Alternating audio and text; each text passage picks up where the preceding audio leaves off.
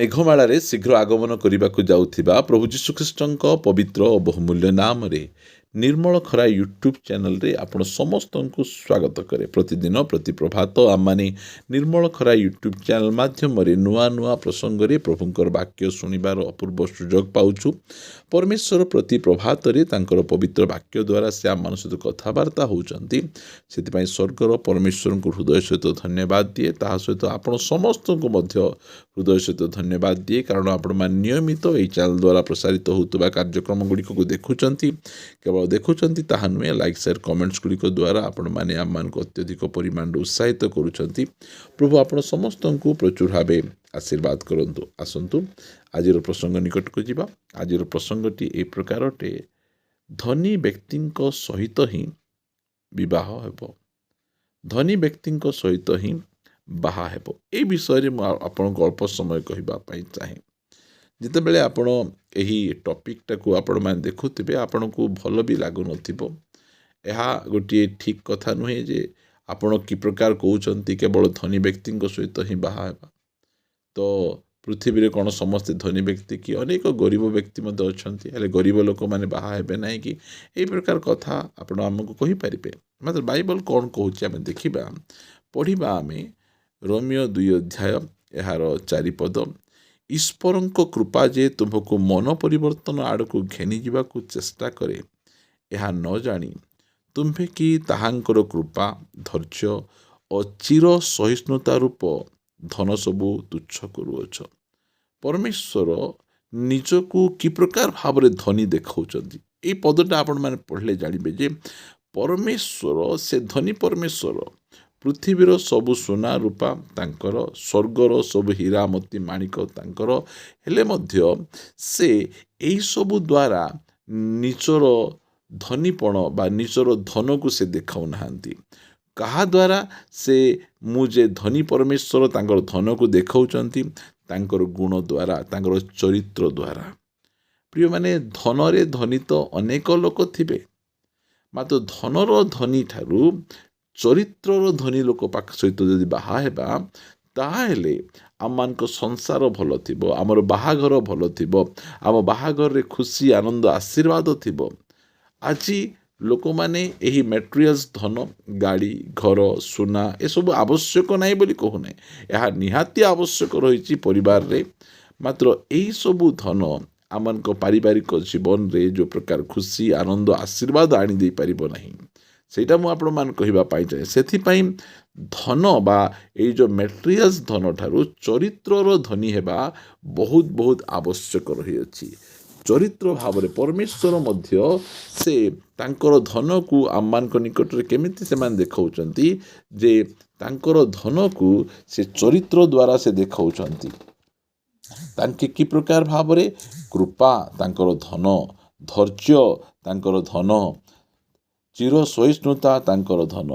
ପ୍ରିୟ ପ୍ରଭୁଙ୍କ ଲୋକମାନେ, ଯଦି ଜଣେ ଲୋକ କେବଳ ସିଏ ମେଟେରିଆଲ୍ସ ଭାବରେ ଧନୀ ଥିବେ, ମାତ୍ର ଚରିତ୍ରରେ ଧନୀ ନଥିବେ, ତାହେଲେ ସେଇ ପରିବାର ଲାଷ୍ଟିଂ କରିପାରିବ ନାହିଁ। ଯଦି ସେ କ୍ଷମାରେ ଧନୀ ଥିବେ, କେତେ ବଢ଼ିଆ ବାଇବଲ ଲେଖାଯାଏ, ପରମେଶ୍ୱର ଦୟାର ସାଗର। ସେ କେବଳ ଦୟାର ଗୋଟିଏ ନଦୀ କି ଗୋଟେ କୂଅ ନୁହନ୍ତି, ସେ ଦୟାର ସାଗର। ଦୟାରେ ଧନୀ ପରମେଶ୍ୱର, କ୍ଷମା କରିବାରେ ଧନୀ, କୃପା କରିବାରେ ଧନୀ, ସେ ପ୍ରକାର ପରମେଶ୍ୱର। ଯଦି ଆମମାନଙ୍କର ପାରିବାରିକ ଜୀବନ ଖୁସି ଆନନ୍ଦରେ ଯଦି ଆମେ ବଞ୍ଚିବାକୁ ଚାହୁଁଛୁ, ତାହେଲେ ଚରିତ୍ରର ଧନୀ ହେବାର ଆବଶ୍ୟକ ରହିଛି। ଯଦି ଚରିତ୍ରର ଧନୀ ଯଦି ହେବେ ନାହିଁ, ତାହେଲେ ସେଇ ପରିବାରଟା କେବେ ହେଲେ ମଧ୍ୟ ଠିକ୍ ଭାବରେ ଲାଷ୍ଟିଂ କରିପାରିବ ନାହିଁ। ଦୁନିଆର ସବୁଠାରୁ ଜ୍ଞାନୀ ବ୍ୟକ୍ତି ସଲୋମନ, ସେ କ'ଣ କହନ୍ତି? ଯଦି ଆମେ ପଢ଼ିବା ହିତୋପଦେଶ 31 ଏହାର 29 ପଦ, ଅନେକ କନ୍ୟା ଗୁଣ ଦେଖାଇ ଅଛନ୍ତି, ମାତ୍ର ତୁମ୍ଭେ ସେ ସମସ୍ତଙ୍କ ଅପେକ୍ଷା ଶ୍ରେଷ୍ଠ, ଲାବଣ୍ୟ ପ୍ରବଞ୍ଚନାଜନକ, ସୌନ୍ଦର୍ଯ୍ୟ ଅସାର। ମାତ୍ର ଯେଉଁ ସ୍ତ୍ରୀ ସଦାପ୍ରଭୁଙ୍କୁ ଭୟ କରେ, ସେ ପ୍ରଶଂସିତା ହେବ। ପ୍ରିୟମାନେ, ପୁଅମାନେ ଝିଅମାନଙ୍କର ସୌନ୍ଦର୍ଯ୍ୟକୁ ଦେଖନ୍ତି, ଆଉ ଝିଅମାନେ ପୁଅମାନଙ୍କର ଧନ ସମ୍ପତ୍ତିକୁ ଦେଖନ୍ତି। ମାତ୍ର ସୌନ୍ଦର୍ଯ୍ୟ ଆଉ ଲାବଣ୍ୟ ଏଇଟା ମନୁଷ୍ୟକୁ ଭ୍ରାନ୍ତ କରେ। ଧନ ସମ୍ପତ୍ତି ମନୁଷ୍ୟକୁ ଭ୍ରାନ୍ତ କରେ। ଆଜି ବଡ଼ ବଡ଼ ଧନୀମାନେ ଅଛନ୍ତି, ପୃଥିବୀର ବଡ଼ ବଡ଼ ଧନୀ ଛାଡ଼ପତ୍ରର ଶିକାର। ସେମାନଙ୍କ ପରିବାରରେ ସୁଖ ଶାନ୍ତି ନାହିଁ। ସେମାନେ ସ୍ୱାମୀ ସ୍ତ୍ରୀ ମିଶିକି ରହିପାରୁନାହାନ୍ତି। ଆଉ ଏହି ପ୍ରକାର ଅନେକ ସୁନ୍ଦର ଖୋଜିଲେ ମାତ୍ର ସେମାନଙ୍କର ଚରିତ୍ରକୁ ଖୋଜିଲେ ନାହିଁ। ଆଜି ସେମାନେ ମଧ୍ୟ ଦୁଃଖରେ ଅଛନ୍ତି। ପ୍ରିୟ ପ୍ରଭୁଙ୍କ ଲୋକମାନେ, ବାହାଘର ପରମେଶ୍ୱରଙ୍କ ଦ୍ୱାରା ନିରୂପିତ। ଆଉ ପରମେଶ୍ୱରଙ୍କର ବାକ୍ୟ ଅନୁସାରେ ଯଦି ଆମେ ଆମମାନଙ୍କର ଜୀବନସାଥୀକୁ ଆମେ ବାଛିବା, ତାହେଲେ ଆମମାନେ ବାହାଘରର ପ୍ରକୃତ ଆଶୀର୍ବାଦ ଆନନ୍ଦ ଆମେ ଲାଭ କରିପାରିବା। ପ୍ରଭୁ ଆମମାନଙ୍କୁ ଅନୁଗ୍ରହ କରନ୍ତୁ। ଯେଉଁମାନେ କେବଳ ମେଟେରିଆଲ୍ସ ଧନୀ ଆଉ ଶାରୀରିକ ସୌନ୍ଦର୍ଯ୍ୟ ନ ରହି ସେମାନଙ୍କ ଚରିତ୍ରର ଧନୀ ହେବାର ଆବଶ୍ୟକ ରହିଅଛି। ଯଦି ଚରିତ୍ରର ଧନୀ ହେବେ, ତାହେଲେ ସେ କି ପ୍ରକାର ଖୁସି ଆନନ୍ଦ ରହିବେ। ମରିୟମ ଯେତେବେଳେ ଗର୍ଭବତୀ ହେଉଛନ୍ତି, ସେହି ସମୟରେ ଯୋସେଫ ଚରିତ୍ରରୁ ଧନୀ ଥିବାରୁ, ଧାର୍ମିକ ବ୍ୟକ୍ତି ଥିବାରୁ ସେ ନିଜ ସ୍ତ୍ରୀଙ୍କୁ ବାହାରେ ସେ ଅପମାନ କରୁନାହାନ୍ତି, ଦୁନିଆ ଲୋକଙ୍କୁ ଜଣାଉନାହାନ୍ତି ଇଏ ଜଣେ କ୍ୟାରେକ୍ଟରଲେସ୍ ସ୍ତ୍ରୀ ଲୋକ, ସେ ବିବାହ ନ ହେବା ପୂର୍ବରୁ ସେ ଗର୍ଭବତୀ ହୋଇଯାଇଛି। ଏହି ପ୍ରକାର ଭାବରେ ମରିୟମଙ୍କ ବିଷୟରେ ସେ ବାହାରେ ସେ କହୁନାହାନ୍ତି। କାହିଁକି କହୁନାହାନ୍ତି? କାରଣ ସେ ଚରିତ୍ରରେ ଧନୀ ଥିଲେ। ଯୋସେଫ ଜଣେ ଧାର୍ମିକ ବ୍ୟକ୍ତି, ଏହା ବାଇବଲ ଆମକୁ କହେ। ସେ ଧାର୍ମିକ ବ୍ୟକ୍ତି ହେଇଥିବାରୁ ନିଜ ସ୍ତ୍ରୀଙ୍କୁ ସେ ବାହାରେ ଅପନିନ୍ଦା କଲେ ନାହିଁ। ପ୍ରିୟ ପ୍ରଭୁଙ୍କ ଲୋକମାନେ, ଆମେ ବାହାଘର ଯେଉଁ ସମୟରେ ହେଉଛୁ, ଗୋଟେ ଧନୀ ବ୍ୟକ୍ତିଙ୍କ ସହିତ ହିଁ ବାହା ହେବା। ଗୋଟେ ଧନୀ ଝିଅ ସହିତ, ଗୋଟେ ଧନୀ ପୁଅ ସହିତ ବାହା ହେବାର ଅଛି। କେଉଁଠି? ଚରିତ୍ରରେ ଧନୀ ଥିବାର ଅଛି।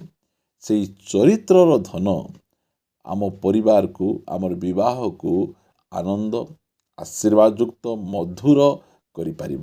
ପ୍ରଭୁ ଆମମାନଙ୍କୁ ସାହାଯ୍ୟ କରନ୍ତୁ ଯେ ଯେଉଁମାନେ ଏହି ସନ୍ଦେଶ ଗୁଡ଼ିକ ଶୁଣୁଛନ୍ତି, ସେମାନେ ଏହି ସନ୍ଦେଶ ଅନୁସାରେ ଯଦି ନିଜ ନିଜ ଜୀବନକୁ ସଜାଡ଼ିବେ ଆଉ ସେ ଅନୁସାରେ ନିଷ୍ପତ୍ତି ନେବେ, ନିହାତି ପରମେଶ୍ୱର ସେମାନଙ୍କ ଜୀବନରେ, ସେମାନଙ୍କ ବୈବାହିକ ଜୀବନରେ ପ୍ରଚୁର ପରିମାଣରେ ଆଶୀର୍ବାଦ କରିବେ। କାରଣ ଆମମାନଙ୍କ ପରମେଶ୍ୱର ଏହା ସେ କହନ୍ତି, ଯଦି ଆମେ ପଢ଼ିବା ଉପଦେଶକ ଏହାର 9 ଅଧ୍ୟାୟର 9 ପଦରେ ଜ୍ଞାନୀ ସଲୋମନ ସେ କହୁଅଛନ୍ତି, ସୂର୍ଯ୍ୟ ତଳେ ସେ ତୁମକୁ ଅସାର ଆୟୁଷର ଯେତେ ଦିନ ଦେଇଅଛନ୍ତି, ତୁମ୍ଭର ସେ ଅସାର ଆୟୁର ସମସ୍ତ ଦିନ ଆପଣା ପ୍ରିୟତମା ଭାର୍ଯ୍ୟା ସଙ୍ଗେ ଆନନ୍ଦରେ ବାସ କର। କାରଣ ଜୀବନ ମଧ୍ୟରେ ଓ ସୂର୍ଯ୍ୟ ତଳେ ତୁମେ ଯେଉଁ ପରିଶ୍ରମ କରୁଅଛ, ସେହି ପରିଶ୍ରମ ମଧ୍ୟରେ ଏହା ହିଁ ତୁମ୍ଭର ଅଂଶ। ପ୍ରିୟମାନେ, ଗଣ୍ଡଗୋଳ ଲାଗି, ଅଶାନ୍ତି ହେଇ, ମୁହଁ ଫୁଲାଫୁଲି ହେଇ ଆଜି ଲୋକମାନେ ବାସ କରୁଛନ୍ତି। ମାତ୍ର ବାଇବଲ କହେ, ଆପଣ ପ୍ରିୟତମା ଭାର୍ଯ୍ୟାଙ୍କ ସହିତ ଆନନ୍ଦରେ ବାସ କର। ଯେ ସ୍ତ୍ରୀଙ୍କ ସହିତ ଆନନ୍ଦରେ ବାସ କର। କେତେବେଳେ ଆନନ୍ଦରେ ବାସ କରିପାରିବା? ଯେତେବେଳେ ଗୋଟେ ଚରିତ୍ରର ଧନୀ ଆମେ ଯଦି ଗୋଟିଏ ଝିଅ କି ପୁଅ ସହିତ ଆମେ ବାହା ହେବା। ସେଥିପାଇଁ ମୁଁ କହେ ଯେ ଗୋଟିଏ ଧନୀ ବ୍ୟକ୍ତିଙ୍କ ସହିତ ବାହା ହୁଅନ୍ତୁ, ତାହେଲେ ଆପଣ ଖୁସିରେ ରହିପାରିବେ। ଆସନ୍ତୁ ପଦେ ପ୍ରାର୍ଥନା କରିବା। ମଙ୍ଗଳମୟ, ଗୌରବମୟ, ଏକମାତ୍ର ଜୀବିତ ସ୍ୱର୍ଗୀୟ ପିତା, ଆମେ ତୁମକୁ ଧନ୍ୟବାଦ ଦେଉଛୁ। ତୁମର ବାକ୍ୟ, ତୁମର ଶିକ୍ଷା ଯେ କେତେ ଆନନ୍ଦ ଆଉ କେତେ ଆଶୀର୍ବାଦ ଯୁକ୍ତ। ଜଗତ ଯାହାକୁ ପ୍ରାୟୋରିଟି ଦିଏ, ଆମେ ଯଦି ତାହାକୁ ପ୍ରାୟୋରିଟି ଦେବୁ, ତାହେଲେ ଜୀବନରେ ଦୁଃଖ ବଢ଼ିଯିବ। ମାତ୍ର ତୁମେ ଯାହାକୁ ପ୍ରାୟୋରିଟି ଦିଅ, ସେଇ ବିଷୟକୁ ଯଦି ଆମେ ପ୍ରାୟୋରିଟି ଦେବୁ, ତାହେଲେ ଆମର ସୁଖ ବଢ଼ିଯିବ। ମୁଁ ଧନ୍ୟବାଦ ଦିଏ, ତୁମେ ଏଇ ଦିନମାନଙ୍କରେ ଆମମାନଙ୍କୁ ଏତେ ସୁନ୍ଦର ଭାବରେ ବାକ୍ୟର ଶିକ୍ଷା ଦେଉଛ। ଆଉ ଏଇ ଶିକ୍ଷା ଗୁଡ଼ିକ ଆମମାନଙ୍କ ଜୀବନକୁ ଗଠନ କରୁଥିବାରୁ ମୁଁ ତୁମ ନାମର ଗୌରବ ପ୍ରଶଂସା କରେ, ତୁମ ନାମର ସ୍ତୁତି କରେ, ମହିମା କରେ। ଆମ ସମସ୍ତଙ୍କ ଦ୍ୱାରା ତୁମେ ଗୌରବ ପାଅ। ତୁମେ ଆପଣା ପବିତ୍ର ଆତ୍ମାଙ୍କ ଦ୍ୱାରା ଆମକୁ ଚଳାଅ। ଆଉ ପ୍ରଭୁ, ବାହାଘର ନିମନ୍ତେ ଉପଯୁକ୍ତ ନିଷ୍ପତ୍ତି ନେବା ପାଇଁ ସମସ୍ତଙ୍କୁ ପ୍ରଚୁର ଭାବେ ଆଶୀର୍ବାଦ କର। ପ୍ରାର୍ଥନା ଶୁଣିଛ, ଧନ୍ୟବାଦ ଦେଇ ପ୍ରାର୍ଥନା ପ୍ରିୟ ପ୍ରଭୁ ଯୀଶୁଙ୍କ ନାମରେ ମାଗୁଅଛୁ। ଆମେନ୍, ଆମେନ୍। ପ୍ରେଜ୍ ଦ ଲର୍ଡ। ପ୍ରଭୁ ଆମେ ସମସ୍ତଙ୍କୁ ପ୍ରଚୁର ଭାବେ ଆଶୀର୍ବାଦ କରନ୍ତୁ। ପ୍ରଭୁ ଅନୁଗ୍ରହ କଲେ ଆସନ୍ତା ଅଧ୍ୟାୟରେ ଆଉ ଗୋଟେ ନୂଆ ପ୍ରସଙ୍ଗରେ ପରସ୍ପର ସହିତ ସାକ୍ଷାତ ରହିବା। ସମସ୍ତଙ୍କୁ ନମସ୍କାର। Praise the lord. God bless you.